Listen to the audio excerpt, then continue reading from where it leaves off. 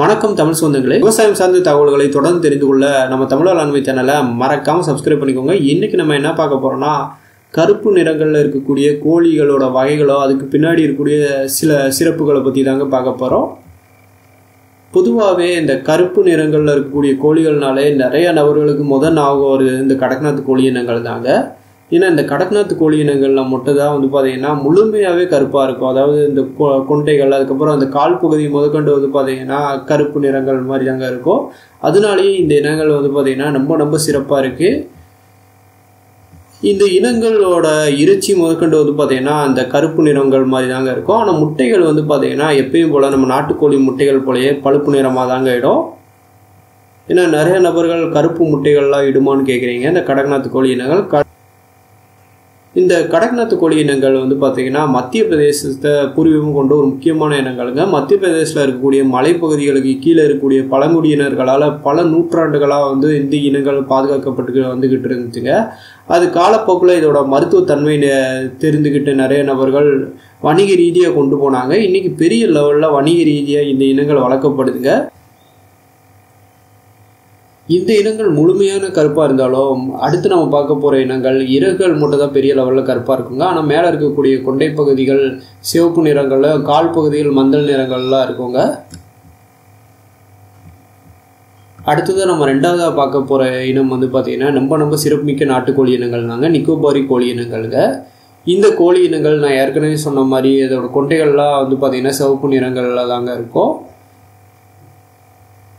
இந்த இனங்கள் பார்த்தீங்கன்னா அந்தமான் நிக்கோபாரில் பூர்வீகம் கொண்ட ஒரு முக்கியமான கோழி இனங்கள்ங்க. முட்டைக்கான கோழி இனங்கள்னே சொல்லலாம். பொதுவாக நாட்டுக்கோழிகள்னாலே முட்டைகள் பெரிய லெவலில் இடாதுன்னு ஒரு மித்து இருக்குங்க. ஆனால் அதெல்லாம் உடைக்கிற மாதிரி ஒரு இனம் தான் இந்த இனங்கள்.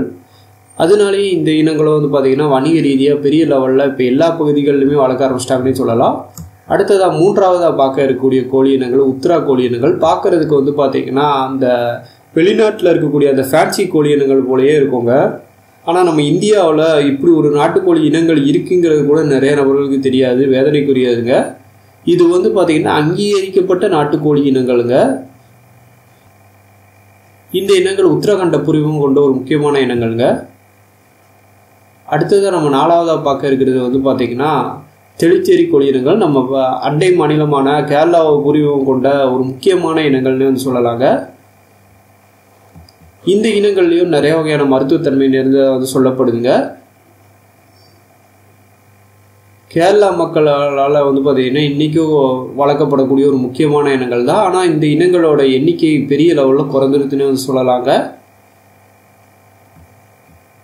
அடுத்ததாக நம்ம ஐந்தாவதாக பார்க்க இருக்கிறது பார்த்தீங்கன்னா ஹரிங்காட்டா கருப்பு கோழி இனங்கள்ங்க. இந்த கோழி இனங்கள் இரட்டை தேவைக்காக வளர்க்கப்படுதுங்க. இது வெஸ்ட் பெங்கால பூர்வீகம் கொண்ட ஒரு முக்கியமான இனங்கள்ங்க. இந்த இனங்களோட முட்டைகளோ நம்ம நார்மலான நாட்டுக்கோழி முட்டைகள் போல பழுப்பு நிறமாக தாங்க இருக்கும். இன்னைக்கு நம்ம பார்த்த கருங்கோழிகள் எல்லாமே நாட்டின கோழி இனங்களுங்க. இது போக பார்த்தீங்கன்னா வீரியரக நாட்டின கோழிகள் இருக்கு. அது போக இந்த பாய்லர் ரகங்கள்லயும் நிறைய வகையான வண்ணங்கள்ல வரவங்க. இது முழுக்க நாட்டின கோழிகள்னால மொத்தமே 5 இனங்கள்லாங்க இருக்கு. அதுவும் அங்கீகரிக்கப்பட்ட இனங்கள்னால இந்த 5 இனங்கள்லாம் இருக்கு. இது போகவே பார்த்தீங்கன்னா நிறைய இனங்கள் அடுத்தடுத்து வேற நிறங்கள் கொண்ட இனங்களை பற்றி பார்ப்போங்க. இந்த காணொலி பிடிச்சிருந்தா மறக்காம லைக் பண்ணுங்க. இது போல காணொலிகளை தொடர்ந்து பாருங்க. நம்ம தமிழ் வேளாண்மை சேனலை சப்ஸ்கிரைப் பண்ணிக்கோங்க. நன்றி.